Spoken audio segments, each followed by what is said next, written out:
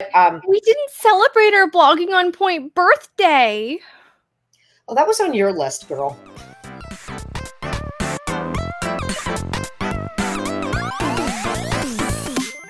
And this is on repurposing content. And she asked, Caroline, could you please go over the process of turning blog posts into ebooks again? Thanks. I sure can. One of my favorite, you guys should know this, one of my favorite things in the world is repurposing content. Which I have a story to tell at the end of this about repurposing content. I can't wait to hear it. But one of my favorite things is literally taking content that I've already written and then using it again and again and again in different places. I'm aware, I'm one of those annoying people who's like hyper aware of when people do something that I do in the online marketing space because it validates me. To me, I'm like, I'm doing something that somebody making $1 million every time they breathe is doing. So what I literally do, if I've written a blog post, how we're going to do this is I literally copy and paste the entire blog post from WordPress to Microsoft Docs or Microsoft Word or Google Docs. I prefer Google Docs because it's free and I'm cheap. And I've been doing this. I wrote all of my ebooks, even that weren't blog posts. I've written every single ebook that I've ever done, every guide, everything like that, because it's so much easier than doing it inside of Canva. I've written them all in Google Docs. Never have I had anybody complain about it. Never. I've been doing this since like 2016. I literally copy the blog post, paste it into a Google Doc, and then I keep the images if they make sense. So obviously, like I'm only going to be using stock photos or photos that I've taken. Sometimes I'll get rid of them. I won't add a bazillion pins throughout the course of it. What I will do is take my favorite pin that has the description of the post, and that's my cover. I repurpose everything. Love. It's my favorite thing ever. So I'll repurpose the pin. That will be the cover. If you really don't want to figure out how to make it into its own cover, put it on its own page, drag it so that it takes up the entire screen. And there you have page 1 is your cover. So inside of the post itself, things that I get rid of, anywhere where it says like, I'll do a Command F. Mm-hmm. So inside of that Google Doc, I will Command F anything that says blog post or anywhere that says post, because obviously like inside of a blog post, you're like, I have a post on how to organize your shoes. You can see it over here. I want to get rid of things that are suggesting that this is a post or inside of this post, we will talk about. I'm going to change all of those, not like sweeping declaration across the board. Most of them will get deleted, changed, or over on my blog I talk about so that it doesn't look like this is just taken straight from my blog. So I get rid of all of the pins except for my favorite one. I'll get rid of anything that's like an opt-in box that doesn't make any sense. And then I will also make sure that it doesn't say inside of this blog post. I'll add, page numbers at the bottom with a copyright inside of the footer. And it does it for all of the pages. And then I download it as a PDF. And it's that simple. It's that simple. It's that simple. And I'm not exaggerating. This is a process that was intentionally simple. Because if I it's really simple. It's really simple to go overboard and make things complicated. Like I could very easily go over into Canva and make it into an ultra, fancy schmancy ebook in there. But it's a blog post. This isn't a guide of like my, how exactly I stay out of debt or how exactly we built up a $200,000 net worth, like that kind of thing. Those kinds of guides I would make inside of Canva because it would be worth it. But it's a blog post turned into an ebook that I sell for $1. The ROI, you have to always factor in how much are you going to make back on the return on your investment. And that's not always in money. A lot of it is in time because that's something you cannot get back. We're not going to go off on that tangent. But seriously, like if it takes you 8 hours to format an ebook that you could have done in, and I'm not exaggerating, 20 minutes, copy, paste, done. you have to remember, like, are you going to be making back your time? Are you going to be using your time wisely? Are you going to be making your hourly rate back from that ebook? I want to jump in and say, Gloria, if you're looking to make a longer ebook, like a 100-page ebook, then of course you're going to need more than one blog post. You're not going to be able to do that with one blog post.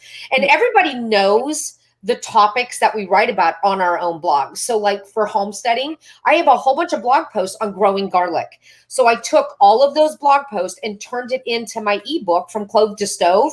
And it was more than one blog post. So I took all of those blog posts, did exactly like Caroline said, removed the bloggy things, turned it into sections of my ebook, and then added in additional content, added in a few more pictures, added in the page numbers at the bottom. Now, I do things slightly different.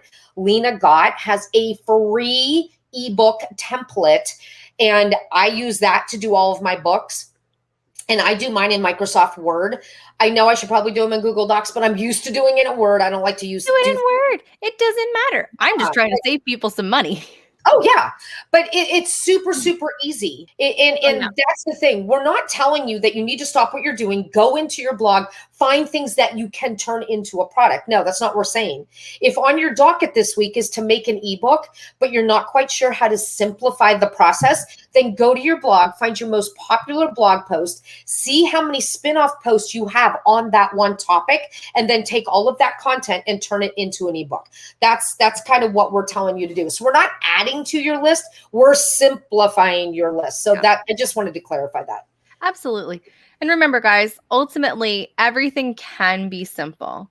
There are simple ways to do things. You have to just let it be simple. Because a lot of times, both of us have looked for like, oh, we're supposed to do this in Canva. And then I wanted to like literally rip my hair out one follicle at a time when I tried to do it in Canva. And so then I was like, all right, Google Docs it is, I guess.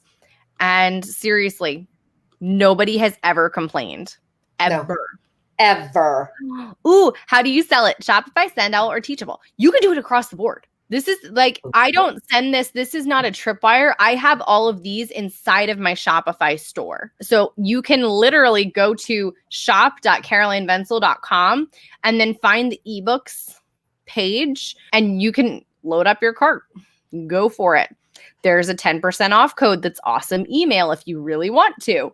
There's a few other ones that I can't think of off the top of my head, but that is something that you can do. Like I have them in there because those are the products that I want people to get lost in and just keep adding them all to the cart. This isn't something where I'm going to go out of my way to make a tripwire page for because it's not worth my time.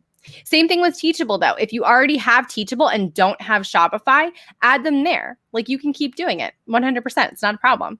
How much do you charge for it? You can charge $1. I've never had a problem charging $1. We upped it to $2 as kind of an experiment. And I can tell you it has not changed our conversion rate of people buying them. Yeah, we have a friend who sells the PDF version of her blog post for $7 and it sells. And the way that she does it is like at the bottom of her post and at the top of her post, she says, you can get this. It's not like a sales page that she goes to. It's literally a blurb where she says, you can download this as a PDF for $7. So she's not spending time making a tripwire sales page. She's not spending her time trying to upload this to a shop. It's straight up on the page and it's a buy button from Shop or Sendowl. So this is from Lisa. She wants to know what to charge for an ebook, and it could be anywhere from $7 to $21. If you're I do the blog post ones because mine are different. I call yours a mini ebook, I think. Mine are, I can't remember how is it like 70 to 100 pages. So I charge. I was going to say, it all depends on how long they are. I don't do the super long ones. I do my one blog post, one ebook kind of thing. And those are the $2 ones. I do have one that is like my ultimate frugal living guide that I think we charge $14 for, but it's because it has 7 or 10 different blog posts in it. So that one's an actual guide. It all depends on how much is in there and how much time you've put into it and how much you feel it's worth. I don't feel right charging $10 for one blog post. Like, I just don't. Yeah, and here's the thing. Like, when I say $21, this is a little hack that I do because sometimes I want to charge more money for my ebooks. So what I do is I turn my ebook into a course. I put the ebook PDF version in Podia. I do a PowerPoint video, and then I add in a couple planner pages, and that just bumps the price up. And people, I call it a mini course, get access to my free PDF or my free ebook and buy the mini course. And no one's ever complained about it, ever. I think so often we expect people to complain about our products. Okay, I have to talk about this because we do expect people to complain about our products. We're like, someone's gonna know, and they're gonna out us to the world that we didn't spend 18 hours making this. Guys, nobody ever will complain. And if they do, it's very limited. And if they do, here's the thing that I have figured out, because I actually heard this from somebody else, and I was like, that same person complained about my product. And then there's this thread of like, have you gotten this kind of an email? And it was like 18 different people saying, oh yeah, this person bought my product and complained. Oh yeah, this person bought my product and complained. And I was like, to me, that indicates that this person is like, obviously not your ideal person. But at the same time, the number of people who you will help from your products versus the number of people who are just going to be complaining, whiny heinies is like negligible. It's true story. So don't let that be the reason that you don't make things easy on yourself and make a Google Doc and put it into your Shopify store. Wow. I want to share my story real quick about repurposing content because I just did this over the weekend. So I have a really popular holiday planning group that I do every single year, much to Caroline's chagrin. So, and it does really, really well. And my freebie that cycles into that sales funnel is a Thanksgiving planner that I've had for like 5 years on my blog. And a couple weeks ago, I'm like, I should really turn that free planner into a paid product. So I took that planner, made an Easter planner with it, a birthday planner with it, and a 4th of July planner with it. All I did was change the cover, change the colors, and I took the intro text and Command F'd all the Thanksgiving things and changed them to Easter, birthday, and 4th of July. And now I sell those on my blog. I'm so proud of you. Literally took minutes. Something that's amazing. So something that was free, albeit for a different holiday, is now something I sell in my shop. Repurposing win. Because that's one of those things, guys, where it's, again, like we make things harder on ourselves. And it's like, I have people who have read a blog post and then signed up for a freebie from that blog post and then gone over to my shop and have bought that blog post. And I'm like, do you know? I've never gotten a complaint about my ebooks. I have never gotten a complaint, which is still mind-boggling to me. If it's easier on you and it's worth your time, and remember, above all things, your work is valuable. Your knowledge is valuable. What you are an expert in that you talk about on your blog, what you talk about in YouTube videos and everywhere across your business, it is valuable. It is worth money. It is. People will pay for it. Think about how much, like, I think of, this sounds so terrible. Like, I think of Tony Robbins, and I'm like, what does he do? He tells people that they're amazing. He tells them to believe in themselves. I could do that to myself, but nope. There's Tony Robbins charging $1 bazillion to go and sit in a room with him. Like, but it's because he values his work. It's the exact same thing that I could say to myself, but there's somebody else charging a metric ton of money for it. Yeah. It's the exact same thing with everything that we talk about on our sites. Don't reinvent the wheel, guys. No. You already have everything you need to make a product. Yep. You honestly do. No matter how new you are. I wrote my first ebook and I'd only been blogging for like 7 months.